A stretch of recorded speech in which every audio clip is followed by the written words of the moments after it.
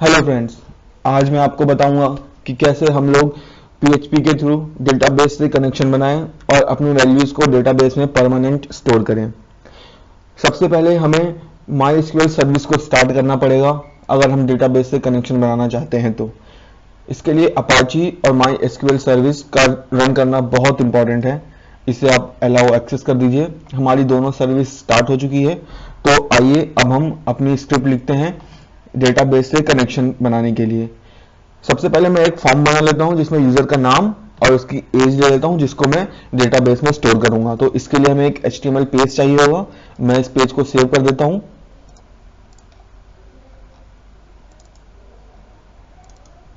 ध्यान रखिएगा, इसको local host htdocs my files के अंदर आपको एक फाइल बनानी है, नहीं तो आपकी PHP स्क्रिप्ट रन नहीं होगी।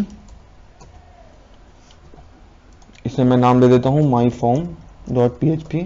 एक छोटा सा हम एक फॉर्म बनाते हैं यहाँ पे HTML की हेल्प से।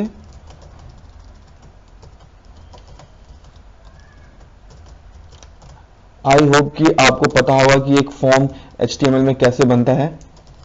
हम इस पेज का डेटा इसी पेज में रखेंगे, इसीलिए हम इसका नाम myform.php ही रखते हैं और मेथड हम पोस्ट रखेंगे।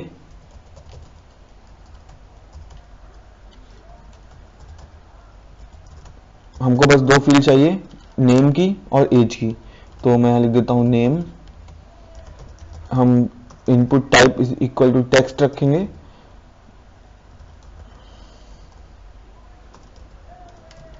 इसका नेम मैं नेम ही रखता हूं। एक BR ताकि हम एक न्यू लाइन पे आ जाएं। एज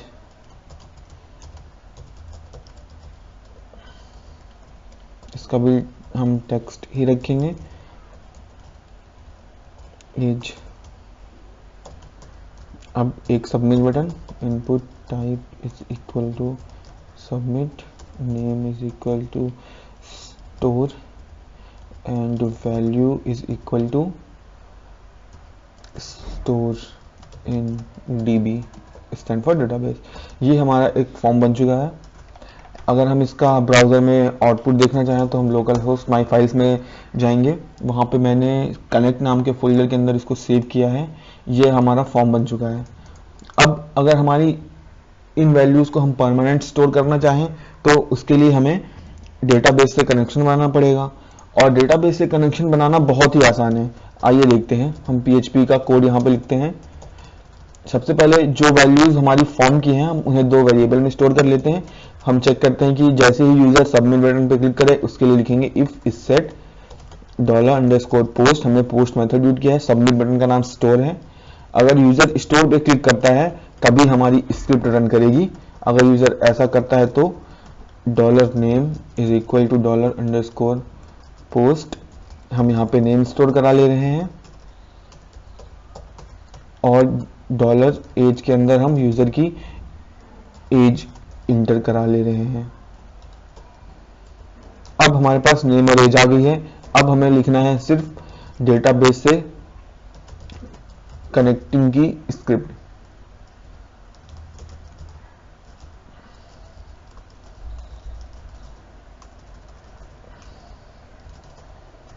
ठीक है। अब इसके आगे जो भी स्क्रिप्ट होगी वो डेटाबेस से कनेक्ट करने के लिए यूज होगी। सबसे पहले हम एक वेरिएबल बनाएंगे। ये कुछ भी हो सकता है। इसमें हम क्या स्टोर करेंगे, MySQL कनेक्ट एक फंक्शन होता है जो 3 आर्गुमेंट लेता है। आइए हम देखते हैं। MySQL _connect ये डेटाबेस से कनेक्शन स्टैब्लिश करने के लिए यूज होता है। हम इसमें सबसे पहला आर्गुमेंट पास करते हैं लोकल होस्ट, जो कि एक वेब सर्वर का नाम होता है। अगर आप कभी अपनी वेबसाइट होस्ट करेंगे तो जो आपका एड्रेस होगा आप यहाँ पे डालेंगे, फिर एक कॉमा, उसके बाद यूजर नेम जो हमेशा रूट ही रहता है, उसके बाद पासवर्ड। अगर आपने कोई पासवर्ड सेट किया है तो password, else double inverted comma open close. आप इसको ऐसे भी लिख सकते हैं और ऐसे भी लिख सकते हैं। हमने कॉन इसलिए लिखा है ताकि अगर हम कभी कनेक्शन क्लोज करना चाहें तो हम डायरेक्ट कॉन को पास करके कर सकें। उसके बाद हमने कनेक्शन तो बना लिया। अब हमको चाहिए एक डेटाबेस। अगर आपका डेटाबेस पहले से ही एग्जिस्ट करता है तो आप यूज करेंगे MySQL select DB। अगर आपके पास डेटाबेस नहीं है तो आप MySQL क्वेरी चलाएंगे। MySQL क्वेरी कैसे चलती है मैं आपको बताता हूं। हम लिखेंगे MySQL अंडरस्कोर क्वेरी। इसके अंदर जो भी नॉर्मल हम डेटाबेस में डेटाबेस बनाते थे नॉर्मल हम वैसे लिखेंगे, create database if not exist. इसका मतलब है अगर डेटाबेस पहले से ही होगा तो ये डेटाबेस नहीं बनाएगा। मैं इसको नाम रख देता हूं कनेक्ट नाम का। अब हमारा कनेक्ट नाम का डेटाबेस बन चुका है।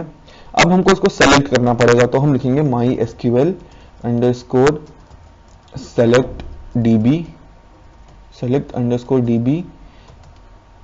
आप फंक्शन के नाम देखते रहिएगा, DB कनेक्ट CO कनेक्ट। अब हमने डेटाबेस सेलेक्ट कर लिया है। अब हमको टेबल बनानी है। डेटाबेस तो आ गया, अब टेबल कैसे बनेगी? टेबल भी हम नॉर्मल MySQL अंडरस्कोर क्वेरी से ही बनाएंगे। हम यहाँ पे लिखेंगे सिंपल क्रिएट टेबल।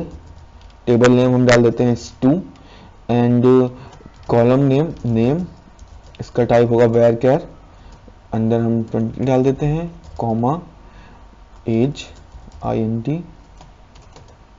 2। तो ये हमारी टेबल बन गई।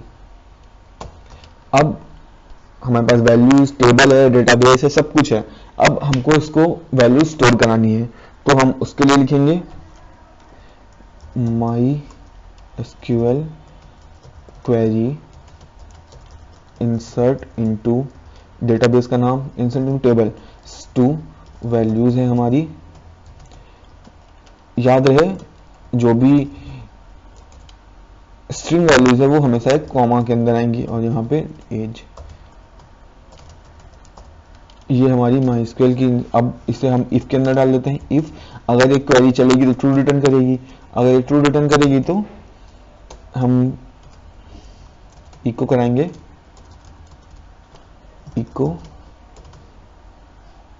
Values stored successfully. हमने वैल्यू स्टोर कर दी है। अगर ऐसा नहीं होता है तो इको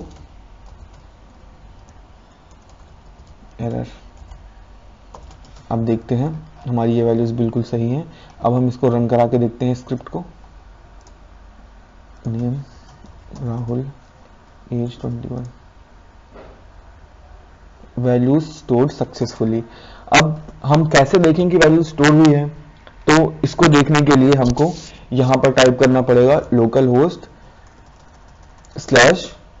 /php myadmin। हम जैसे ही यहां लोकल होस्ट php myadmin, आप सिंपल लोकल होस्ट टाइप कर दीजिए। तो ये आपसे पूछेगा लैंग्वेज, आप अपनी लैंग्वेज सेलेक्ट कर लीजिए, और यहां पर आपको कहीं लिखा होगा php myadmin। php myadmin पे आप जैसे ही क्लिक करेंगे आप डेटाबेस के अंदर पहुंच जाएंगे। यहां पर देखिए हमारा डेटाबेस बना हुआ है कनेक्ट, उसके अंदर टेबल है S2। ब्राउज, हम यहां से ब्राउज करके वैल्यू देखिए राहुल 21। अगर आप स्क्रिप्ट आपको नहीं आती, आप यहां से भी टेबल क्रिएट कर सकते हैं। क्रिएट टेबल, आप वैल्यूज दीजिए, टेबल क्रिएट करिए, टेबल बन जाएगी। आपको स्क्रिप्ट लिखनी पड़ेगी। अगर आपको इस टेबल को ऑल्टर करना है तो ये स्ट्रक्चर का ऑप्शन है, आप यहाँ स्ट्रक्चर में जाके इसके साथ जो भी आप करना चाहें, अगर आपको इसका नाम चेंज करना है, इसको हटाना है, आपको इसमें कोई प्राइमरी की लगानी है, आपको इसमें कुछ इंसर्ट करना है, वन कॉलम कहीं भी इंसर्ट कर सकते हैं आप। ये एक GUI प्रोवाइड करता है अगर आप कोडिंग से बचना चाहते हैं तो ये था हमारी कनेक्शन की स्क्रिप्ट कि कैसे हम डेटाबेस से वैल्यू से हम कनेक्ट करें, कैसे वैल्यू स्टोर करें। आई होप कि आपको समझ में आया होगा कि कैसे सारे काम कर रहे हैं। एक बार आप फिर से देख लीजिए। और सबसे जरूरी काम, जब भी आपका काम हो जाए आप कनेक्शन जरूर बंद कर दीजिए। MySQL क्लोज हमने कौन लिया था, ये हमारा कनेक्शन अब बंद हो चुका है। कोई अटैकर कुछ परफॉर्म नहीं कर सकता अटैक्स अपने। सबसे पहले हम कनेक्शन बनाएंगे, उसके बाद हम डेटाबेस सेलेक्ट कर डेटाबेस बनाएंगे। अगर हमारे पास डेटाबेस नहीं है उसके बाद डेटाबेस सेलेक्ट करेंगे, फिर अगर टेबल, यहां पर भी हम लिख सकते हैं इफ नॉट एग्जिस्ट, तो ये दोबारा टेबल नहीं बनेगी। फिर हम जो भी एक्शन परफॉर्म करना चाहें वो परफॉर्म कर सकते हैं। अगर आपको ये स्क्रिप्ट चाहिए तो आप रिक्वेस्ट कर सकते हैं, मैं आपको ये स्क्रिप्ट ईमेल कर दूंगा। अब अगली बार जब हम मिलेंगे तो मैं आपको बताऊंगा कि कैसे हम PHP का यूज करके एक फाइल सर्वर पे अपलोड करें।